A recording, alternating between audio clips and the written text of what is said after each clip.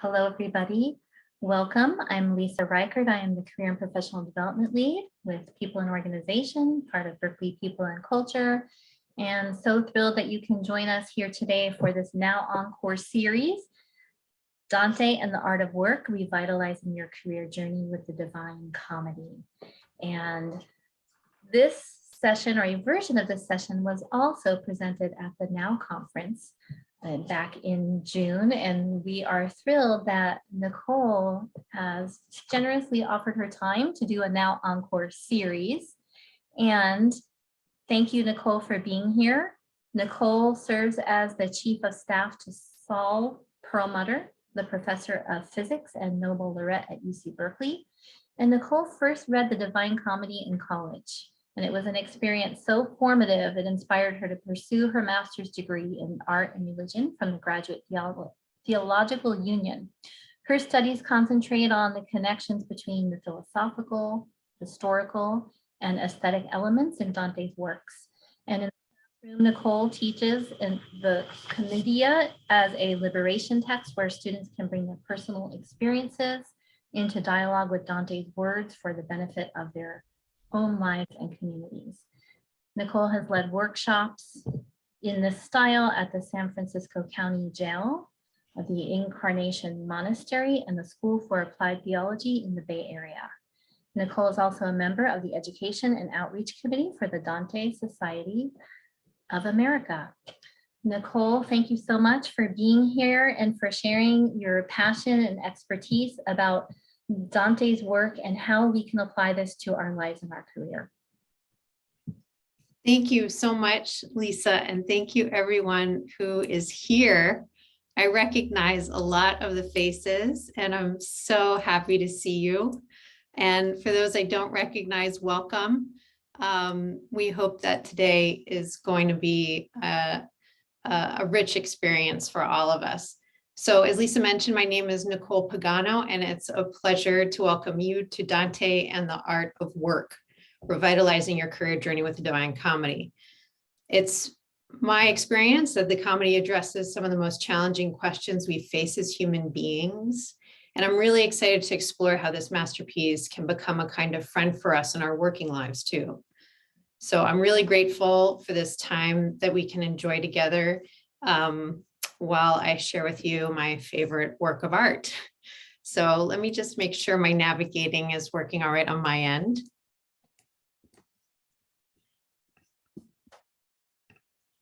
Okay, great.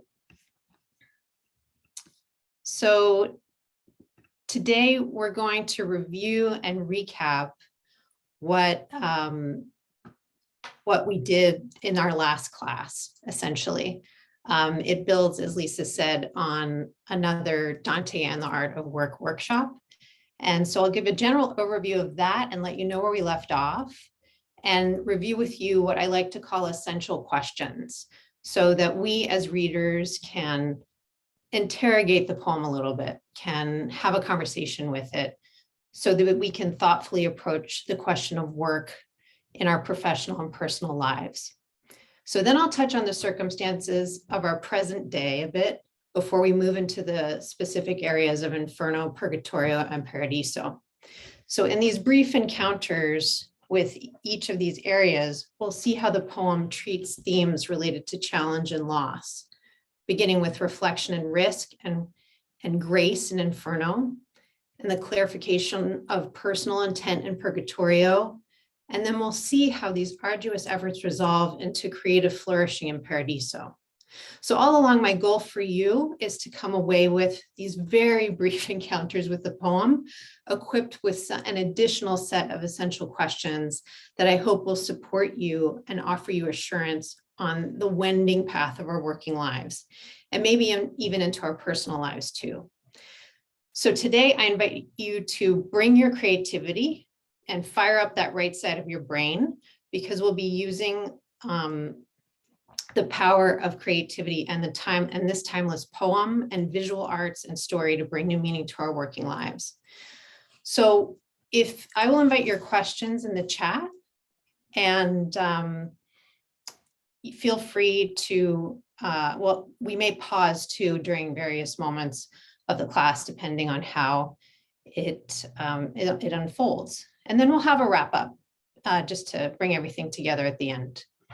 Does that sound all right? Great. Okay.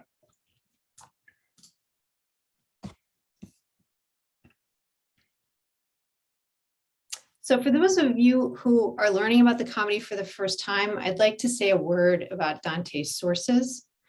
It might be a little funny to try to think about what life was like over 700 years ago in Italy. As a medieval Christian, it's fair to say that Dante would see much of the world through his lens of faith. But that said, it's also fair to say that he had fierce criticisms of his church, and he gave voice to the corruption he witnessed in the papacy and endured himself. Dante saw his world through other lenses too, like politics and linguistics, history, philosophy, science, and even a little bit of numerology. And what is fascinating to me is how he draws on these multiple ways of seeing and knowing in his world and to understand the human condition as a new whole. And so this synthesis is part of the reason why the comedy has inspired so many writers and artists, regardless of their religious backgrounds. Dante has had a strong influence in the autobiographical works of Primo Levi, the figural writer, chemist, and Holocaust survivor. Amiri Baccarat, also known as Leroy Jones, wrote a novel in 1965 called The Systems of Dante's Hell that's loosely based on his own harrowing experiences growing up as a Black man in America. These and other literary giants like Jorge Luis Borges, T.S. Eliot, Toni Morrison, William Butler Yeats, and many more than I can name in the visual, musical, and performing arts, all of them intensely felt the influence of Dante's company in their work. One of these artists is an Italian-American named Alfeo Faggi, and he completed this bronze sculpture we see here of Dante in 1923. And this year, 2021, marks the 700th anniversary of Dante's death, which has been celebrated around the world with staged readings and even the premiere of a new ballet called the Dante Project, which is the first of its kind that's been created with a sponsorship between the Royal Ballet in London and the Paris Opera Ballet. So I'd like to add one last thought before we dive in. Dante's original title for his poem was simply The Comedy. Only when some time passed after his death did the word divine appear next to it in the manuscript tradition. And in comedies, as many of us know, as opposed to tragedies, things tend to work out. So I like to think that the poet's original title gives us a clue, that his journey through his afterlife turns out all right. If we do the work, which entails learning, transformation, and the joy of creative expression, we're going to be all right. And as someone who cares about my communities and the world I live in the present time, I take comfort in that idea. And I hope we can take comfort in this idea together as we tend to our working lives.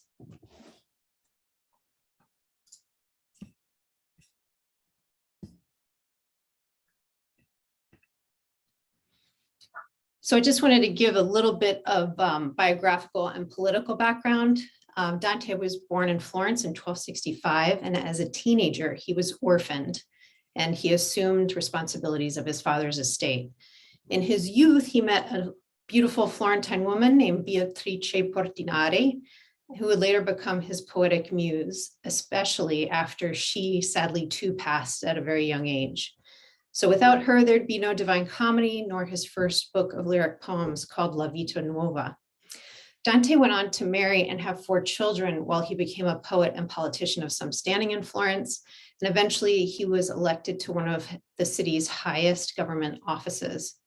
He worked to ease political discord between his party, but in 1301, when he was on a peace mission to Rome, the papacy actually arranged for him to be exiled from Florence. So at age 37, Dante lost everything and he began living his remaining years on the road, working as a writer for hire in the courts of northern Italy.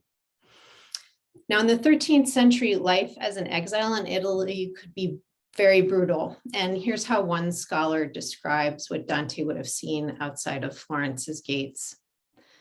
The world was without justice, without peace, There were laws, but no one had either the power of enforcing them or an interest in doing so. Greed, envy, violence were everywhere triumphant. Wherever his harsh exile drove him throughout Italy, Dante found other unhappy persons who'd been cast out of their cities. Nowhere did he find orderly, peaceful government. Quarrels, oppression, and the despotism of factions and usurpers raged on all sides. So it was a very contentious time.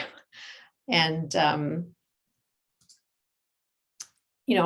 yet, this time marked the most creative time of his life. By 1310, he completed Inferno and followed suit with Purgatorio in 1315. And in his final years, he composed Paradiso when he was finally able to reunite with his family in Ravenna.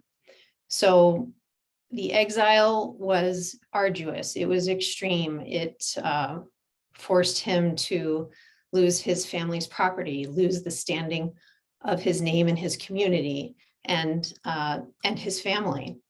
But he went on to create this epic work of art under extraordinary circumstances.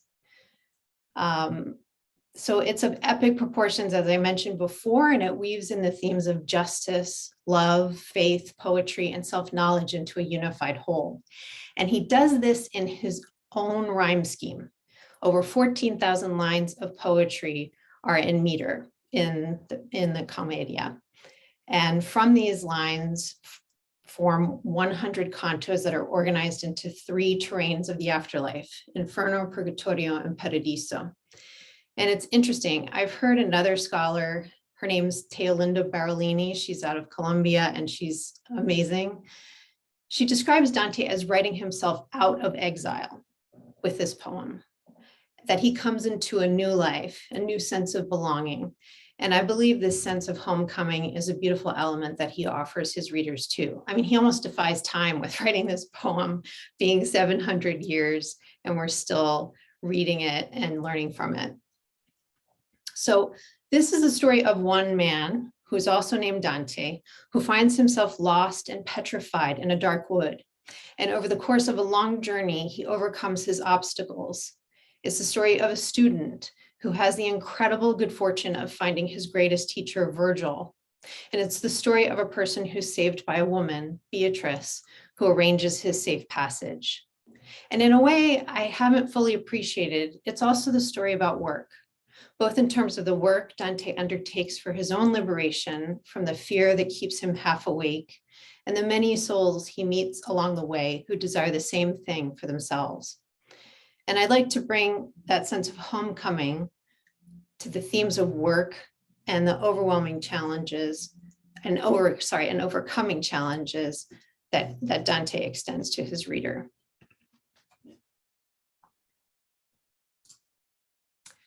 So in some ways, the poem is perfect for us now, right? As in Dante's day, we are still struggling to make a just world and to find our place in it. The pandemic itself is its own form of exile, and we have lost life as it was once familiar to us. The past 21 months have brought all of us an enormous amount of change. And the ways we experience exile even more broadly have multiplied. Migrant crises here and overseas, political polarization, child gun violence, especially this week, misinformation, it's even hard to know what's true. And even with all the modes of communication at our disposal, it can be weirdly difficult to have a meaningful conversation or exchange of simple ideas. So we might want to ask ourselves, what is our work right now? How do we find our way as individuals, as a community within our respective departments? How can we create and maintain a culture of belonging that is at once brave and also considerate? So Dante's poem, born of a time of great tumult, offers a range of possibilities for us to consider, and work is critical to the development of the souls in his conception of the afterlife. Is everybody with me so far? Great.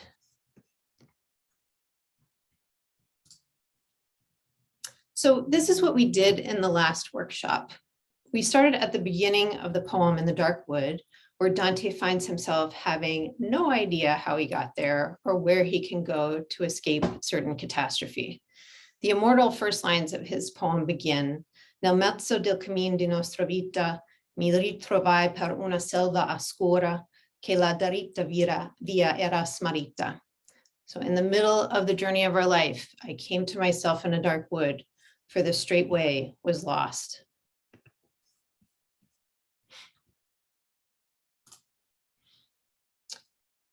And then, seemingly out of nowhere, the poet that Dante admires most appears. It is Virgil, one of the most celebrated poets of antiquity and the author of the Aeneid. He tells him there is no escape. He's got to take a long journey through the afterlife in order to save his own life. And that will help Dante, and that he will be the one to help Dante make the difficult journey for most of it. At first, Dante says, are you kidding? Yes, you are my poetic rock star. I will follow you wherever you go. But then he kind of doubles back, he backpedals, and he starts to doubt himself and thinks, who am I to do this crazy thing? Suppose I fail. And then Virgil tells him the real story. He tells him how Beatrice came to him in limbo and asked him help because Beatrice knows that Virgil is Dante's North Star poetically. And in learning this, Dante finds his courage to say yes and begin the difficult journey with Virgil. So from the very beginning, we learn that Dante, the character, has a job to do in order to free himself from what has landed him in the dark wood. And his work begins with saying yes to the work that is challenging, even life-altering, but it turns out to be an incredible ride. So we're going to start with Inferno. So you just have a sense of things, right? At the top left, you can see where the dark wood right here is located and where we meet Dante, who's scared and alone. And for the purposes of this slide, I'd just like to explain the mechanics of the place, of the Inferno rather, and how it works and who lives there. So this diagram shows Inferno to be a deep pit burrowing into the very center of the earth, okay? Where medieval legend had it that Lucifer resided. It's famous for these 9 circles that you see here, but you can also think about it divided into 3 realms of malfeasance, and you can see them segmented on the left side of the diagram. So the first is the incontinent, souls who couldn't really find a healthy balance for their appetites. These folks developed habits around lust and food and greed and anger that they just couldn't quit. And the second is the violent. These souls acted out against themselves and others and God. And the third is the fraudulent. In Dante's rendering, this is the worst thing you could ever do is to be a liar to your family, your friends, or your country. I should also say that this structure of missing the mark, I'll put it that way, has a basis in antiquity too, in the Greco-Roman concept of sin. But even now you can see how the behavior in each of these realms sort of harden into the others until you don't even have a shell of a human being. And this is where the psychology of the ancients is pretty sophisticated. You have a soul who's devoid of care for themselves and others. And when you're seeing the souls at the very bottom in the 9th circle, they are doomed to be encased in ice, sometimes up to their necks, sometimes submerged in it entirely with their sworn enemies right beside them. So there's this calcification that goes on in Inferno, a hardening. And these folks become so lost that they agree to abandon their hope. That's the agreement they have to make in order to enter the dark wood and the gates of Inferno that has the famous line, abandon all hope ye who enter here. And this is important to remember because the characters we're responding to in Inferno have done that. They've abdicated their hope which they essentially also did in their lives. So nothing changes in Inferno. These souls do the same thing in perpetuity. But in another way, when Dante meets them and you read about Dante meeting them, you can see how easy it is for human beings to miss the mark and how we need one another to find our way. So things stay uncomfortably the same in Inferno. And when Dante meets these souls, he slowly builds the wherewithal to get underneath their rhetoric, how they explain themselves, for their very words are an expression of how they have chosen to confine themselves. And slowly Dante begins to get it. With Virgil's help, he's able to think through the falsehoods that he's hearing.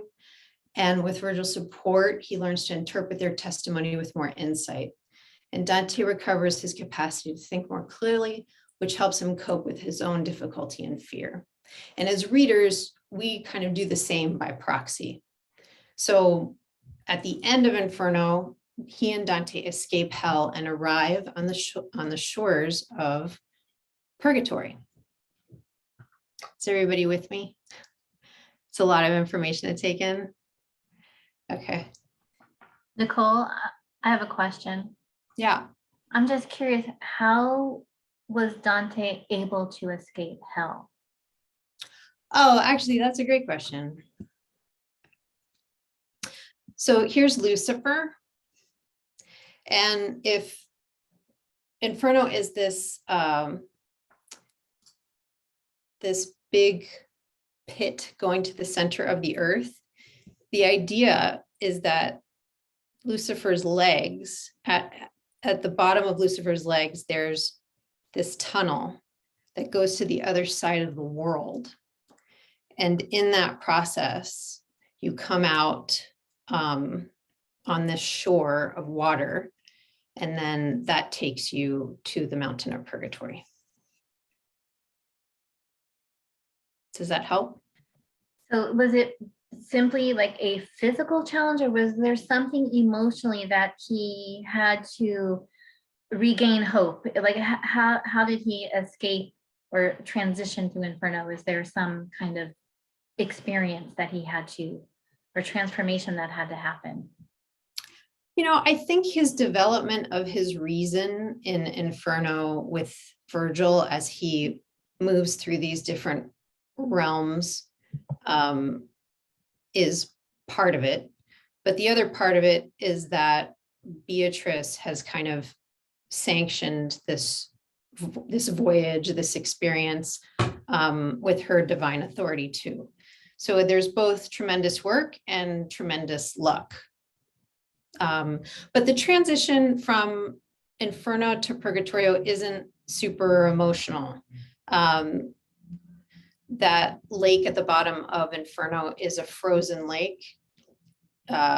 Lucifer is the only thing that moves. And so he's flapping his wings above the lake's surface, and that kind of creates that creates this wind that freezes everything. And Dante and Virgil are somehow able to climb down his legs and exit through this passage that takes you to the outside world. And it is a wonderful experience when they can look up and see the stars. But then they begin their journey into purgatory. There are some kind of, I guess you could look at them as baptismal rites, but I think that might be another Dante workshop to explore. Great, thank you. And we have a comment by Jolie, who shared she had watched the movie Inferno, and the last symbol, though the movie probably does not explain the correct history. And this is fascinating, she shared. Yeah, thanks for sharing that. I don't know of those movies, so I'd have to check them out. So I wanted to also, I mean, this is just sort of an overview of where we're heading. But I want to just kind of explain purgatory and Dante and Virgil, you know, on the ascent of this demanding mountain. they meet the penitents. And these are people who are reaching for the good through their hard labor and prayer and community. They walk around these terraces and they perform different types of hard labor, essentially. And as they graduate from each terrace, there's actually movement on Mount Purgatory, and there's transition and there's growth. So things don't stay the same. Their transformation happens very slowly, but it happens. So the souls in Purgatorio work actively to heal their former tendencies to turn away from their goodness, to turn away from the good. And they learn to turn toward the good with increasing freedom. So like the inhabitants of Purgatory, Dante also ascends the mountains, and he does the work alongside them often as he's talking to them and trying to learn from them. Gradually, Dante grows and individuates to such an extent that near the top of the mountain, Virgil returns to Limbo and Dante reunites with Beatrice.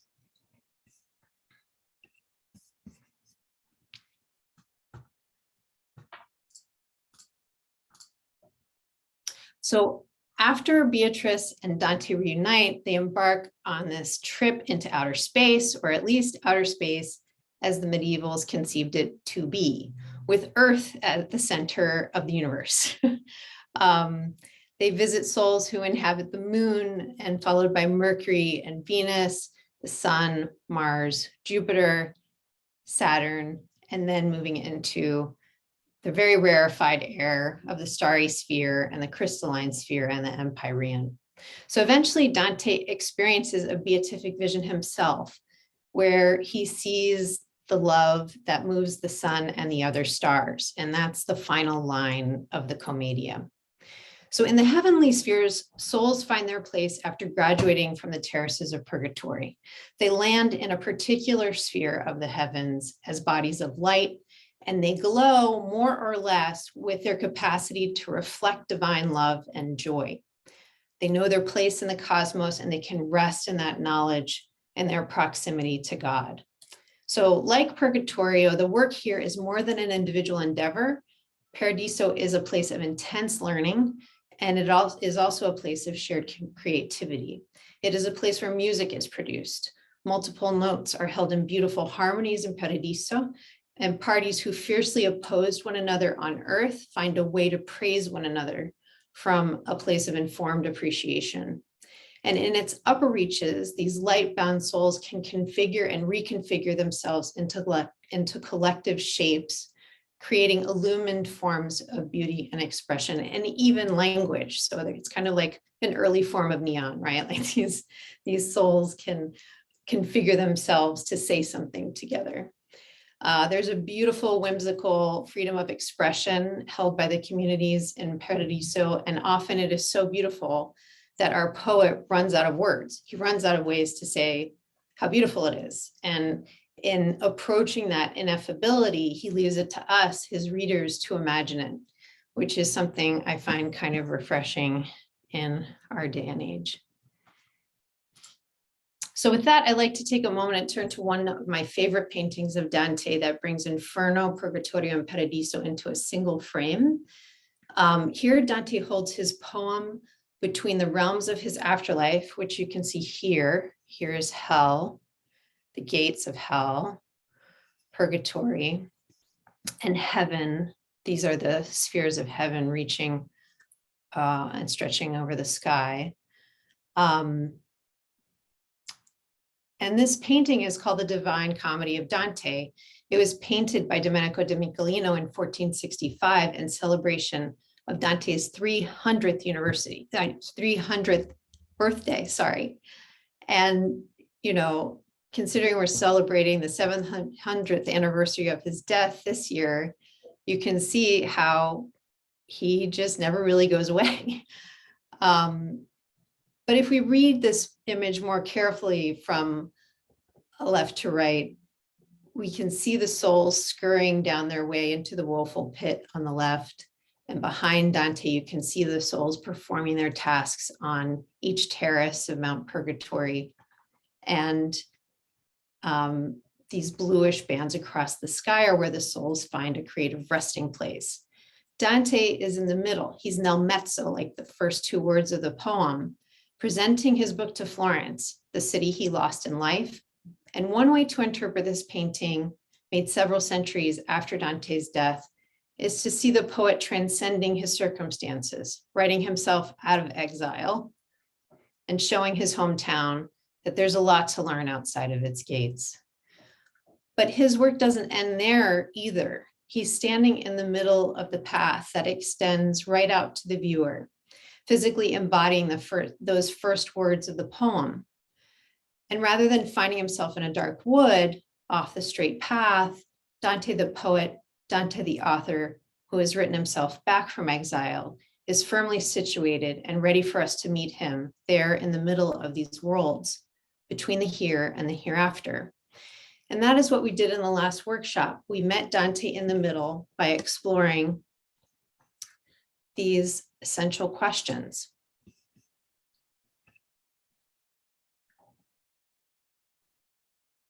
Who would be your Virgil to help you through the dark wood and transform the challenges of the past year into newfound wisdom? This is a painting by Edgar Degas, and it's Dante and Virgil at the entrance of hell. It's from the mid-19th century. Like I said, for Dante, Virgil is the greatest. He's his Muhammad Ali.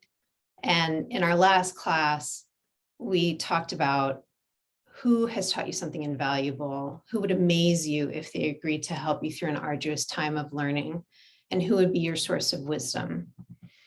So, we talked about people like Frida Kahlo, Maya Angelou, LeBron James, Langston Hughes, E. Cummings, Dorothy Day. And it didn't necessarily need to be anybody of worldwide acclaim, but it could be someone from your life too. But they needed to be wise and they needed to have earned your respect.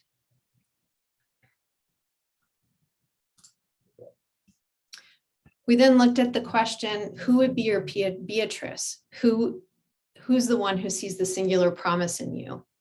And really, we're talking about unconditional love here, a person who sees you and your potential, even when you can't really do that for yourself. So this is a person real or imagined from history, from your family tree that you never met, but someone who's beloved and you feel close to. Who would be your Beatrice?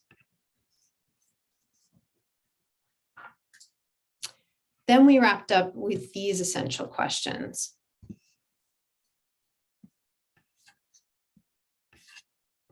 With your Virgil and Beatrice as allies by your side, what would be your first act of care towards yourself in these times?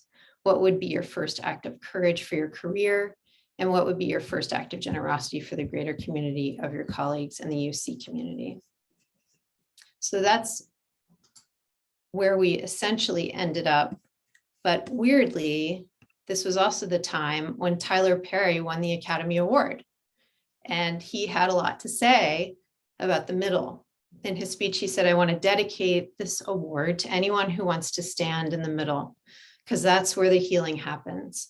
That's where the conversation happens. And that's where change happens. It happens in the middle. So today, we're back to Inferno, and we're in a different kind of middle.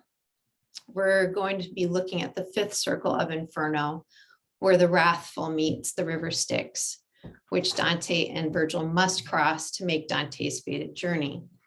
And it's a place where Dante and Virgil encounter something unexpected and scary, but it's also an opportunity for new growth for them, and I believe for us too. But I have said a lot in the last almost hour, half hour, and I want to be sure that I'm just hearing where you all are and if you have any questions.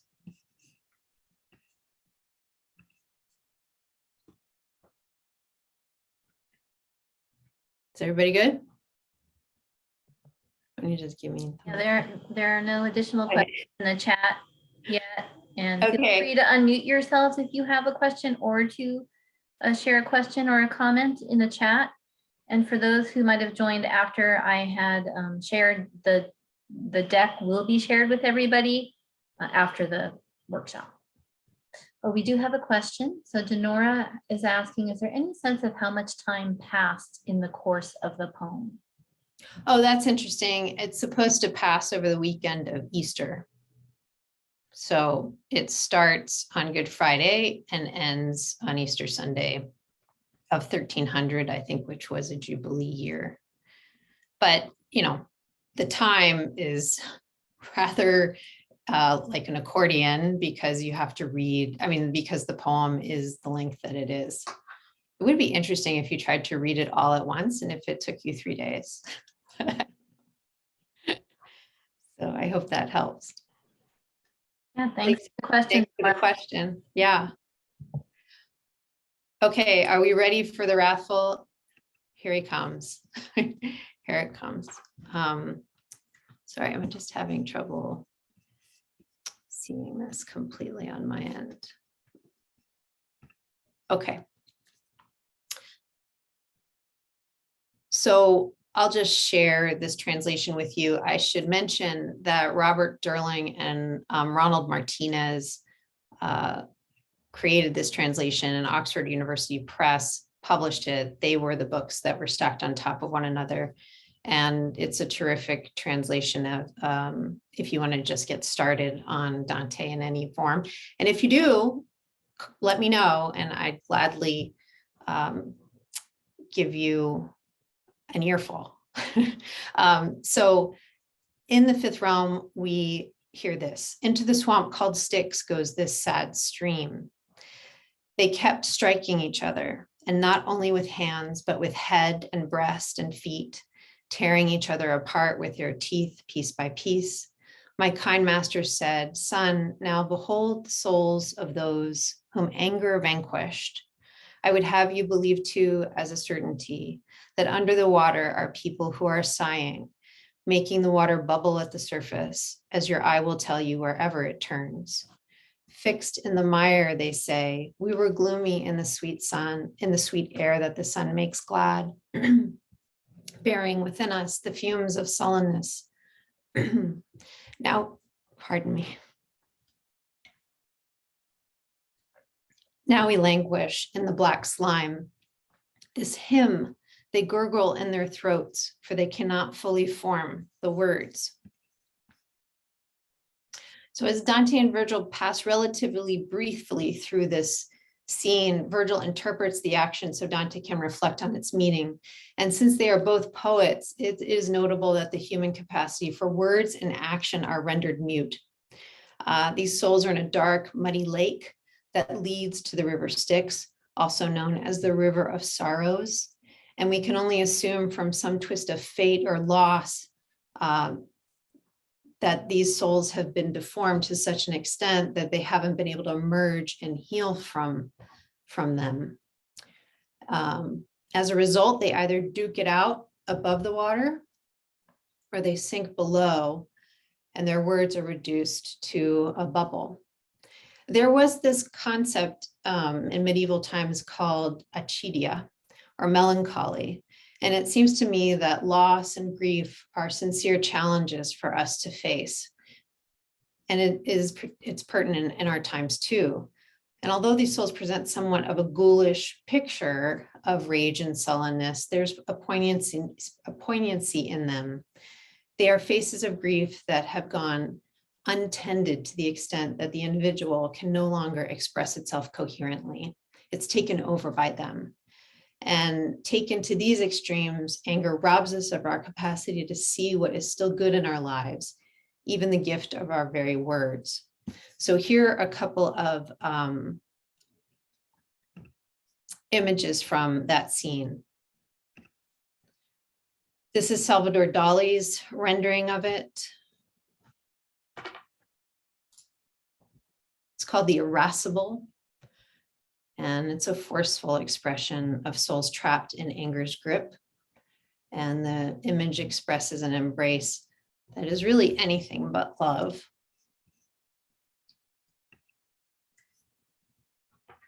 This is a painting called Jonah by a painter named Bo Bartlett. It's from around 2000. Jonah was an Old Testament figure that rather than doing the job that was asked of him, he had some definite ambivalence. And at one point he chose to jump ship. So this is a beautiful rendering, I think, of the sullenness that can come from that ambivalence or disappointment. And like the souls who gurgle under the surface of the lake, Jonah is rendered mute and voiceless. So this one might be my favorite one. It is an illustration by William Blake, who did a series of illustrations on the Commedia in the early 19th century. You can see the souls above sweeping in like storm clouds, ready to come to blows, and below the waters right here, you can see the souls that were flattened by the injury done to them. So this is Dante and Virgil in Hell by Eugene Delacroix from 1822. It's an oil painting that is remarkable for its time because of the way you can see through the surface of the water in the foreground. Virgil and Dante here are in a boat with Phlegyas, and he's a mythical character over here who is a psychopomp. Psychopomps take souls into the underworld, and he traffics souls from the realm of the wrathful to the city of Dis. It's a boundary that takes Dante and Virgil into the realm of the violent. Phlegyas puts up a fight in allowing Dante as a human and not a damned soul to cross the river Styx, but Virgil negotiates with him. He's successful in explaining the special agency that he has to take Dante into the city. So this is an image of them crossing, and you can see the souls here who are still raging,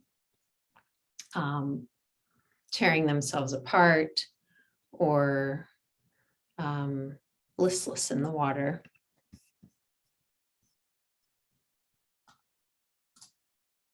So here we see an illustration of Inferno by John van der Straet. He was commissioned by the Medici family to make illustrations of the Commedia in the 1580s. Here you can see Virgil trying to reason with devils who are intent upon keeping Virgil and Dante out of the city.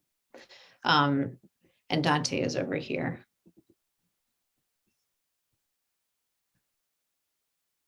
And you can still see the souls who are struggling to speak through the surface of the water.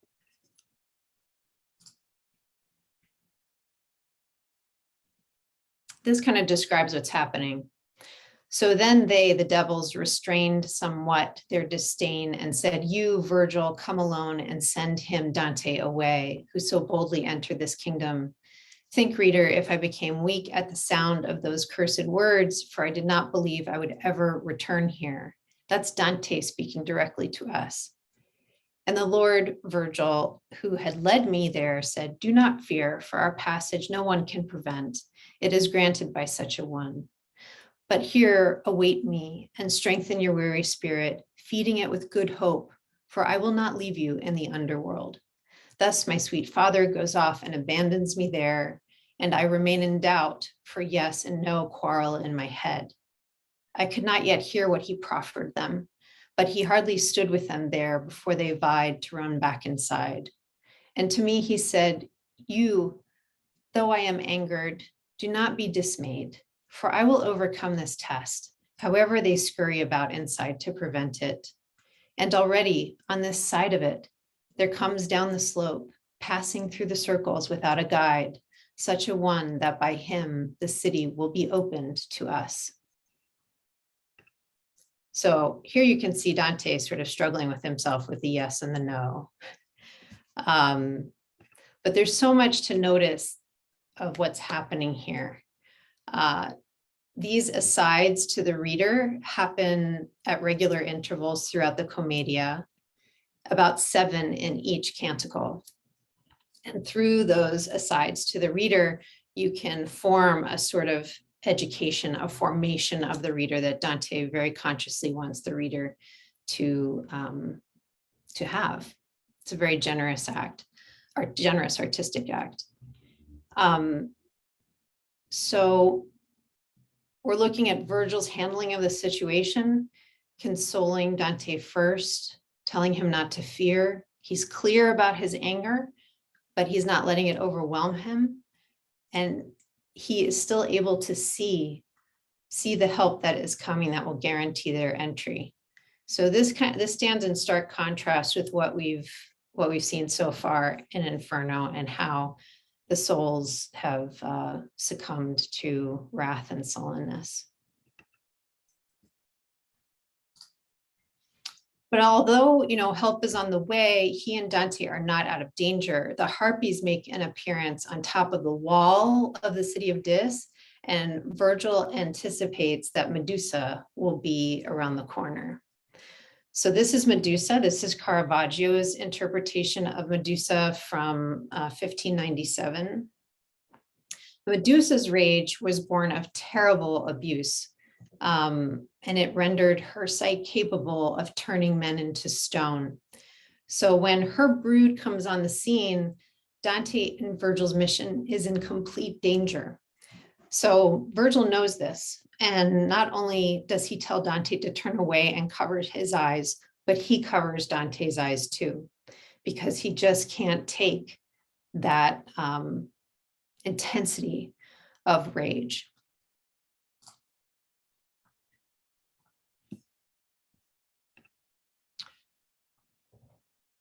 Then a great wind lashes through the landscape, and the waters part, the harpies flee, and an angel appears. He is somewhat irritated with the fuss that the devils are putting up over all of this, and he simply taps the gate to open the city of Dis to Dante and Virgil. Here we see a rendering of this scene by Amos Natini from the early 20th century. You can see the angel here opening the gates. You can see Phlegyas here. You can see Dante here.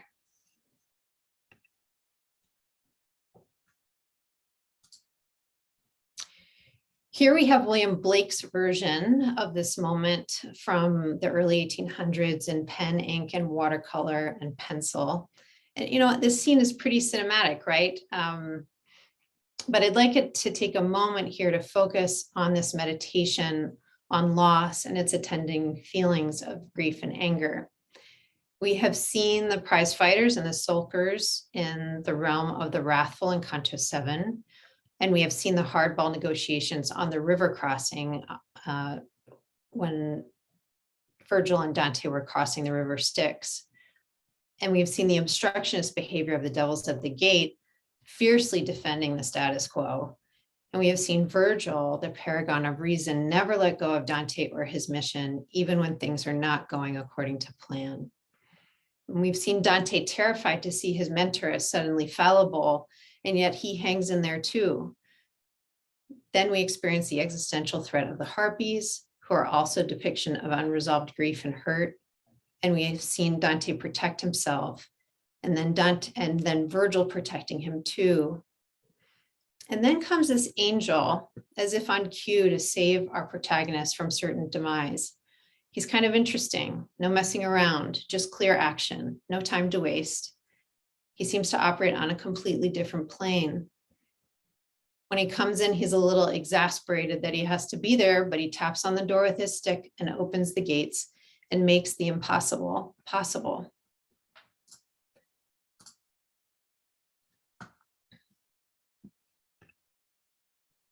So we may not all believe in angels, and that might be another workshop on Dante, but I bet we can acknowledge moments of grace in our lives.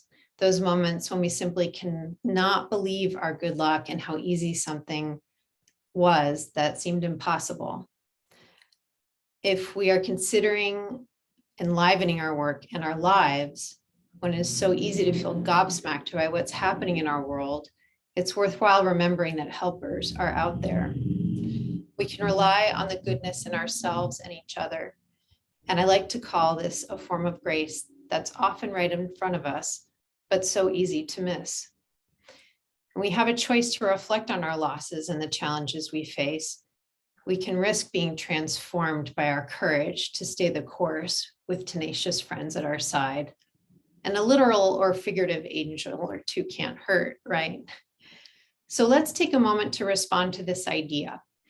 After you have a moment, or after you've made a decision to say yes to your profession, maybe as Dante has said yes to the work of taking this journey with Virgil, after you've invested time and effort into your work, has someone ever helped you along the way? Have you ever been a recipient of grace? And then, has there ever been a time when you could be that grace for someone else in a professional setting? Let's take about 5 minutes to sit with this idea and maybe write a few thoughts about it.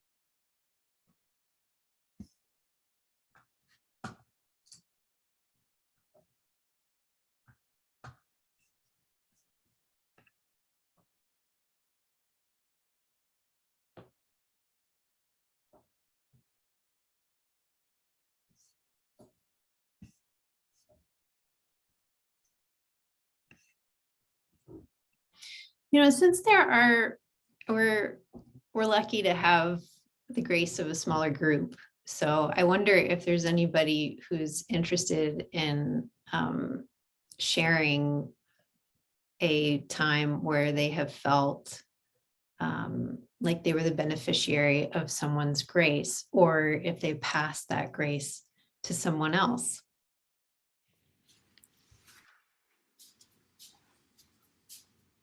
Jessica Bates. Hi, everyone. My name is Jessica Bates. These are my incredible parents, Isabella and Stephen Bates, and we're in Manchester by the Sea, Massachusetts. The first one that came to mind was really something that happened in 2019. For me, I've been an actress for 20 years, and I had an idea about wanting to write an autobiographical story about my life, and without a script, just from one conversation with an artistic director at the Gloucester Stage in Massachusetts, I was given a date. Literally, I had no script, and he got his calendar out after one conversation and said, "Do you want August or September?" So I had a deadline, I had a space to perform, and because of that grace, because of that incredible yes, and and it was a door that opened so easily in the face of so many other doors that have not opened and just stayed locked for like the last 25 years of my life. It felt like that angel just going, ah. Because of that, I now have a play, and I don't think I would have that play if I didn't have that person say yes to me so easily. So that's definitely one huge act of grace. That's a beautiful example. Does anybody have an instance of giving something that was relatively easy that may have meant a lot to another person? All right. Please. Yeah. I'm sorry, I can't see everyone's name from where I'm sitting. This is Ah, there you Denora. are. Yes, is it Dinora? Denora, yeah. Good to meet you. Hi, and thank you for all this. Recently, I had a conversation. I'm a career counselor at Cal, and I had a conversation with a career counselor from someone else who I had made a connection with through somebody at Cal, through another person. It was just sort of one of those serendipitous, multiple connections kinds of things. And I'm working for the Master of Design program in addition to my usual job, but working with students. And anyway, I was telling him that they were potentially looking for another person to do coaching for the students. And I had this whole long conversation, but the conversation was really about just getting to know him and sharing, experience and stuff. And so he wound up he's now I think he's just now starting to in a coaching role. And it was, because I referred the person, the executive director, to him and him to her. And so it worked into something. So that was really easy and nice. Yeah, rewarding. Mm-hmm.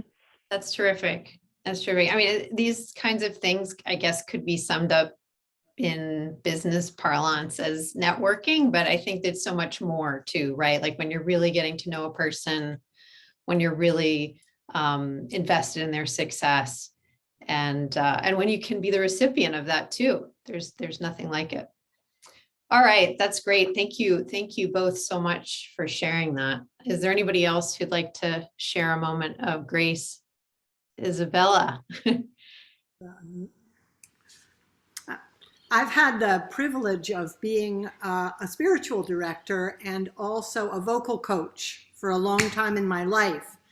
And a woman came to me and she said that in her throat were the gates of no. Oh, wow. How's that? She articulated that to me. Wow. We worked for a long time, maybe 2 or 3 years, and slowly her throat began to open. And I said to her, this woman was 56 years old and had never married. And I said, you better be careful because you might fall in love now and get married. She was married within the year. Wow. Wow. That sounds like some predictive powers too, weaving into that angelic moment. She could connect her head and her heart because it wasn't any longer blocked in her throat. Interesting. So interesting. All right. Well, thank you. Thank you for that work we're doing today. And Nicole, we also have some comments in the chat that we're thank you. I'm happy to read those. So thank you. Sure, I'll read those. Jolie shared, I still remembered my mentor, Professor Julian Chow, whom I have come to know for more than 10 years. And she continued that he created a job for me at UC Berkeley.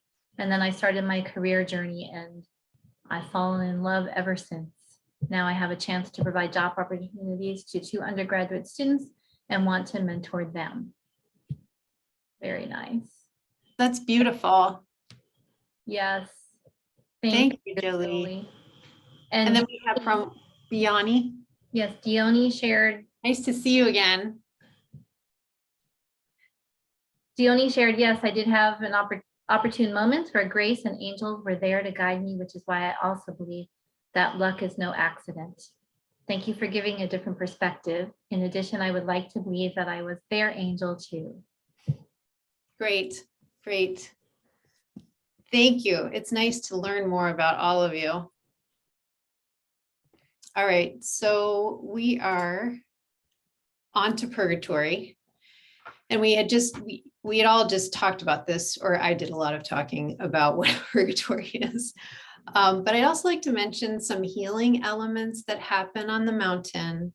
Number one, time exists. And it didn't in Inferno, because Inferno sort of happens in perpetuity. Dante and Virgil can rest at night, and there are these series of dreams that Dante has. That could also be another workshop. They're so interesting. The terraces have music from the liturgy, and when one soul graduates from one to another, there is a specific blessing that they're given. Here the souls wish each other well. And since they are all working toward a common goal, namely to graduate from the mountain of purgatory and move on into Paradiso, there is a united sense of purpose. So a healing and learning environment emerges on the mountain, as opposed to the chaotic forces of Inferno that are very confusing and disorienting. And Dante's job in Inferno is more to orient in a very challenging place. So we're going to see what the wrathful are up to in Purgatory. And we'll start with some text.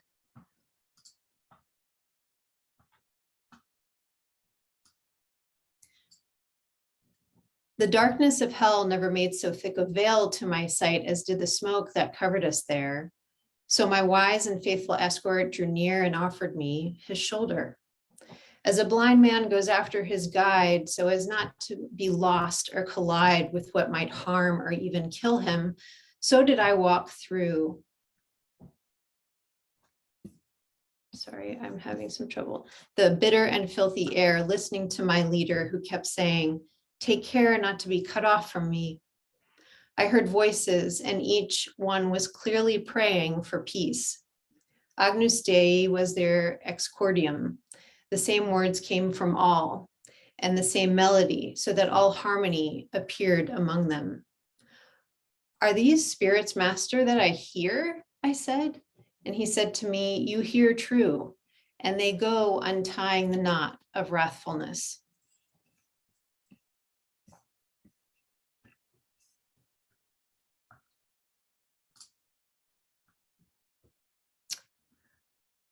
So there's a lot to say here too, but mostly, I'd like to acknowledge how much tenderness there is in here. I don't know if has anyone seen blind people walk together in groups?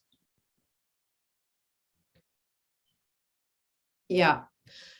So they have to depend on one another in a way that I've never seen other groups depend on one another for. They walk very closely to each other. They touch each other in order to allow the whole group to move safely in space outside. And there's this protectiveness that Virgil offers Dante.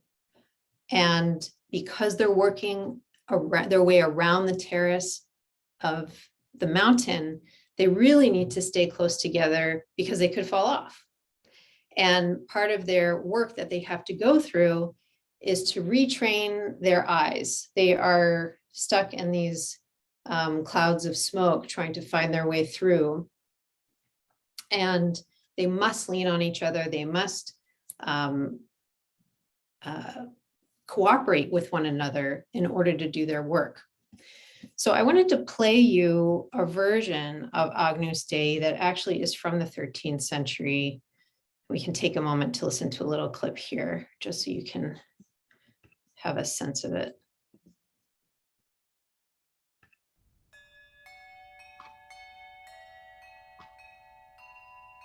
Can everyone hear that?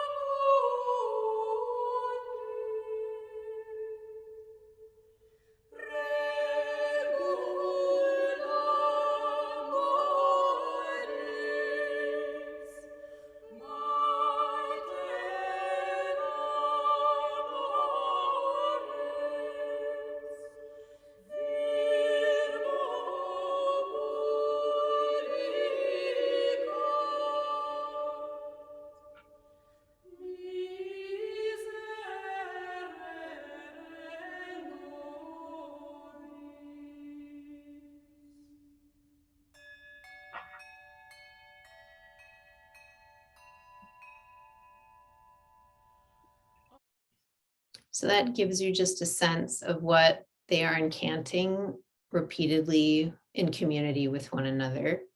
So this is a radical shift from what we experience in Inferno.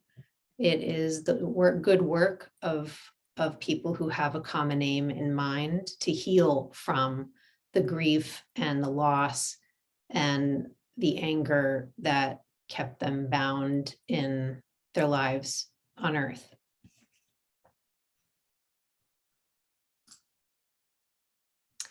So the healing that comes when the souls graduate from the wrathful terrace on the mountain of purgatory is a new kind of clarity.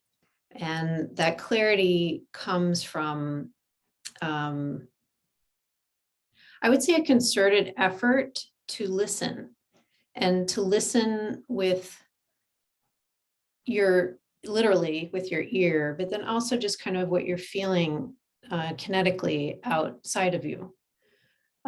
In order to move with a group, you have to exercise some consideration and have a sense of the whole, of the greater good. So I'll just share this image too. Oh, by the way, this one is by an illustrator named John Flaxman, and I think he's 19th century too. And I think I mentioned that this song that we just heard was sung during Dante's time as well. This is another rendering of the wrathful. Here are Dante and Virgil, and here's a soul that they essentially interview along the way. It's a soul who's doing his work. Another rendering of the same scene. This artist is unknown, but it reminds me of a poem I've heard from Wendell Berry. He's a poet, farmer, essayist who has won, I think, the highest honor in humanities, and he's just a wonderful wonder. He would be one of those people that you that you'd be totally psyched to take a trip on, to take a trip with. But he says, and we pray not for a new earth or heaven, but to be quiet in heart and an eye clear. What we need is here. And I think there's this sense of presence that come to the people who graduate from the realm of the wrathful, that resonate deeply with Wendell's poems.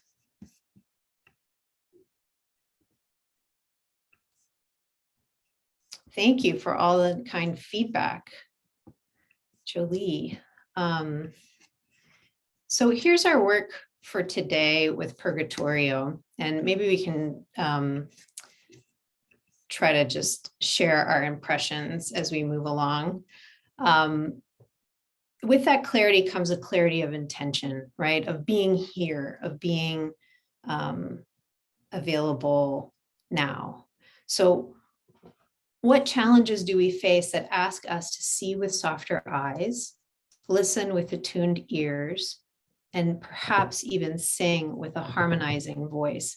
And when I say sing, I mean, when we use our words out in the world, are we trying to create something more than our own voice? Does anybody have any thoughts on that?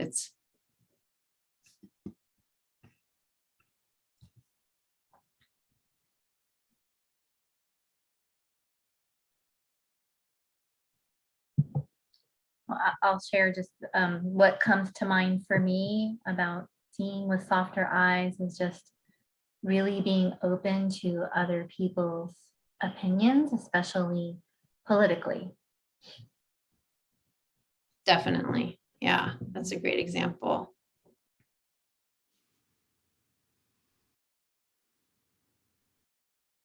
We have a comment here in the chat from Emlyn. Understanding and reaching students who are disengaged, frustrated, or having difficulty with school or life. Definitely. That's lovely, Emlyn, too.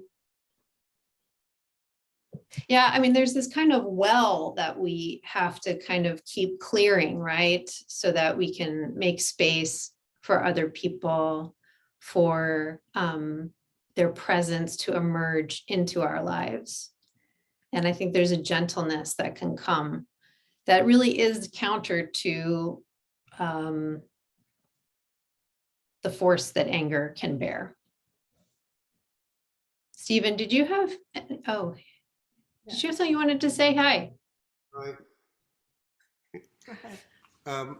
Yeah, the thought I have is that the influence and education whereby we understand that we are part of a larger river, a larger stream,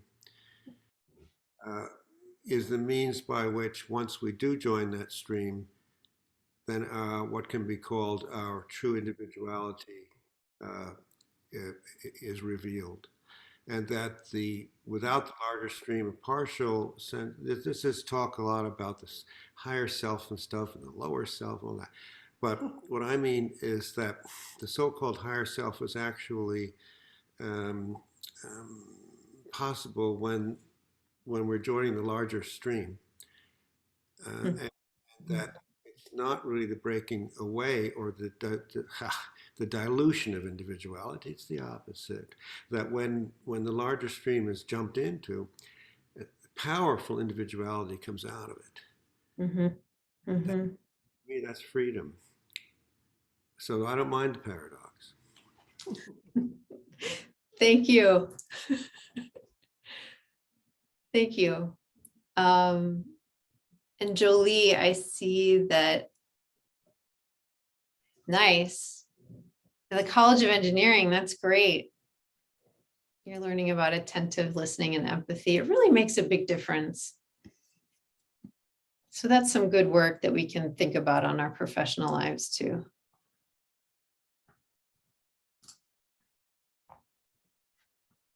All right, on to Paradiso. Paradiso teaches us about the creative potential within us when our work is its own reward, essentially.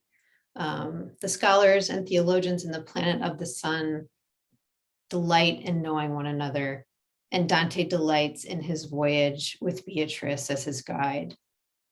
His work ultimately helps form a beatific vision that opens him up to eternal wisdom. And what does Paradiso say to us about the art of work? In my experience, and I think others too, Paradiso is by far the most abstract and difficult canticle for many readers to encounter. And yet there's something about the souls there, how they are content and how they can rest clearly within who they are while radiating their own unique light and community in cooperation with others. That's the type of freedom that Stephen was just mentioning.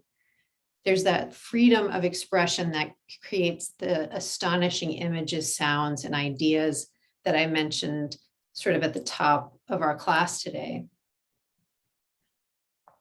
And I think that work does involve caring for ourselves and others by really using all the means that we have to do so. And we do this knowing that at some point, these relationships must transition to the territory of memory. And there's a kind of hard-won gift of freedom in that work too, right? You are investing in these relationships, whether they're beloveds in your personal life or in your working life, that will change, that will move into this territory of memory someday.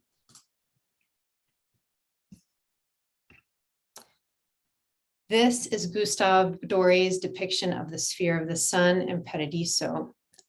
Dante and Beatrice are standing in the middle here, taking in the souls made of light above them and below them.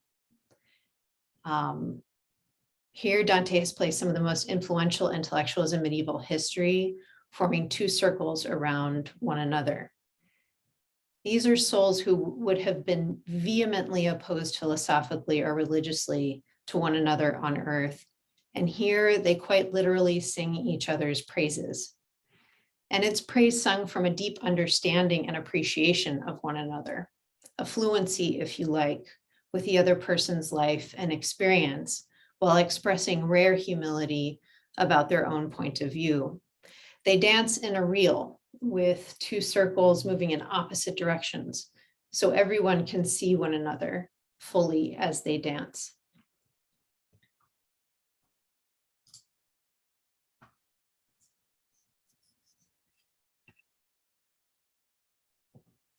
This is a medieval manuscript. This is from medieval manuscript by Giovanni di Paolo from 1450.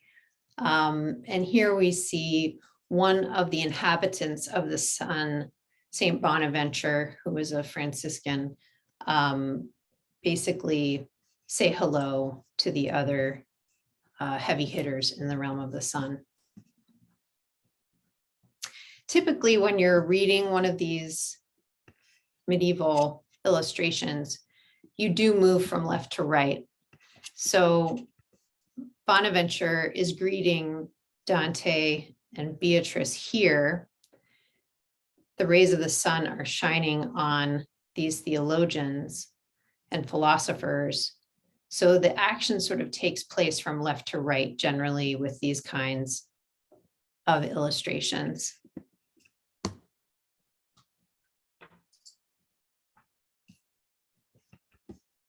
So our work today with Paradiso. Whom can you praise who is different from you? Whose praise would you value who holds a perspective counter to yours?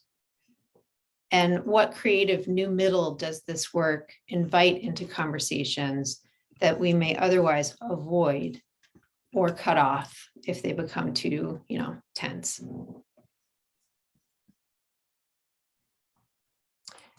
You could take any one or all three.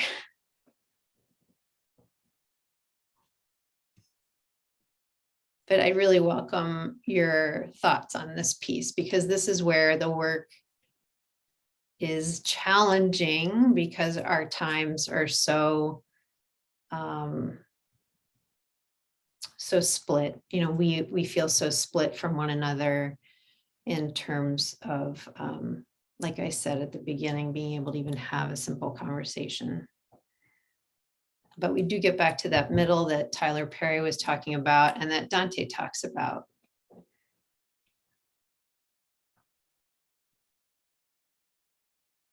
And it's okay if there aren't any immediate thoughts about this, we can just kind of put these questions in our pocket to take with us as we move about our days.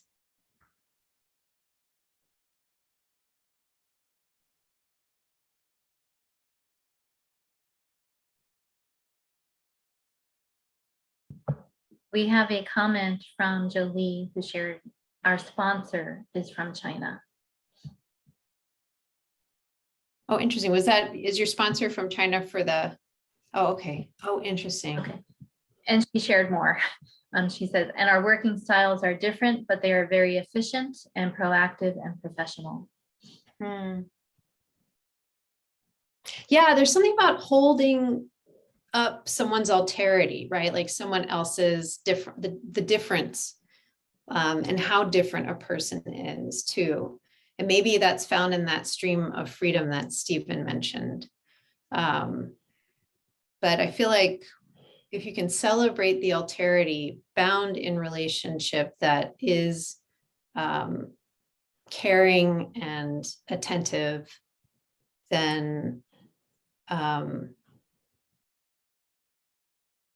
there's promise for I think for future creativity and growth.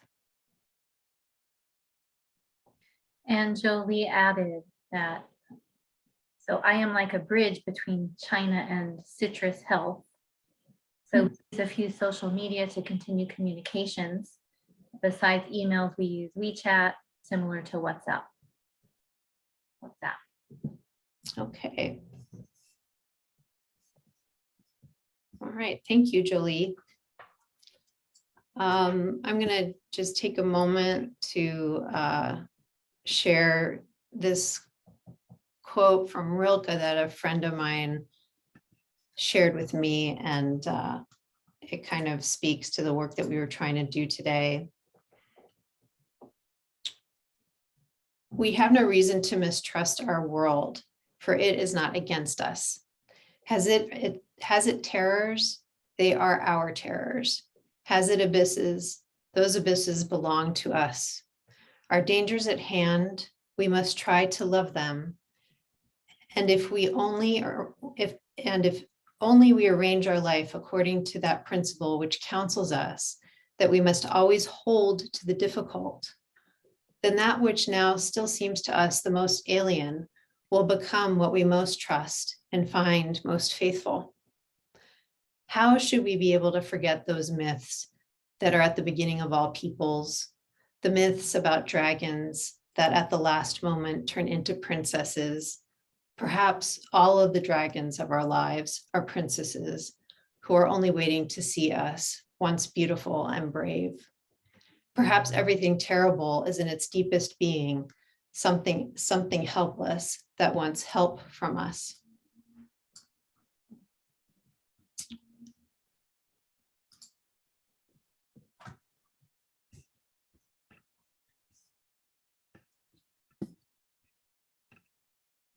Oops.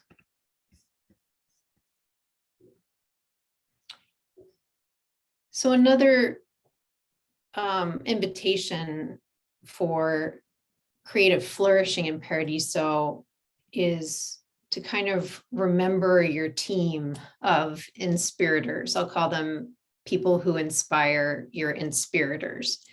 Who was your Virgil? Who was your Beatrice?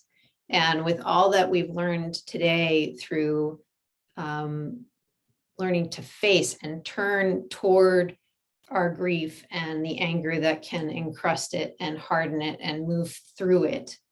All the ways we've learned to hold to the difficult today, are there new professional or personal challenges you feel ready and free to take on?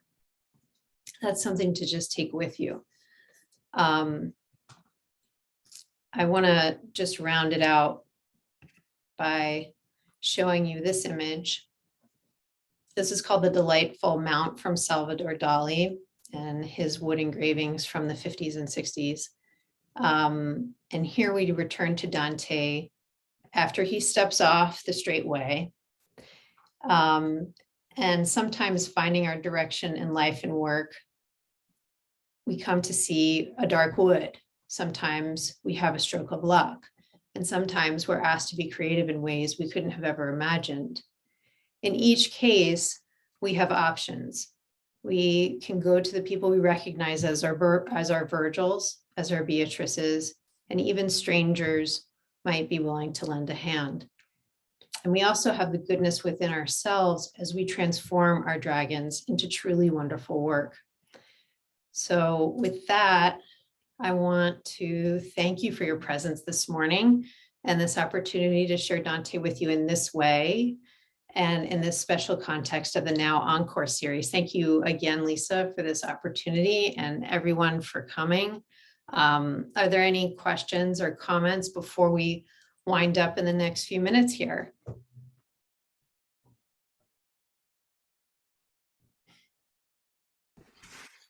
Well, none are coming in just yet, but I just want to take this opportunity to say thank you so much, Nicole, for being our guide, being our Virgil and our Beatrice, for being our Nicole today to guide us on a beautiful journey through these three realms and just such beautiful images and poetry and story and music and such a nice way, as you said, to use the right side of our brain and be creative and think in really broad and deep personal and then connection social terms around our career and our life and who's there to support us, who can we support, and how do we contribute. So thank you so very much.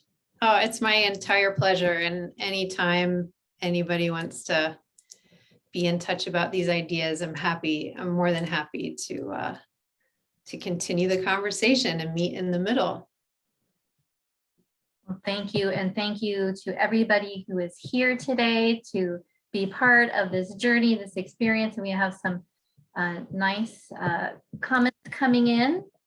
Recognizing you, Nicole. Thank you so much, Nicole. This has been wonderful. I'm steeped in the process and reflecting it all. Thank you from Mayor. Adita, thank you so much, Nicole. This was really thought-provoking. Emlyn, thank you, Nicole. This was beautiful. Denora, appreciated getting to utilize literature as a source of reflection. Thank you.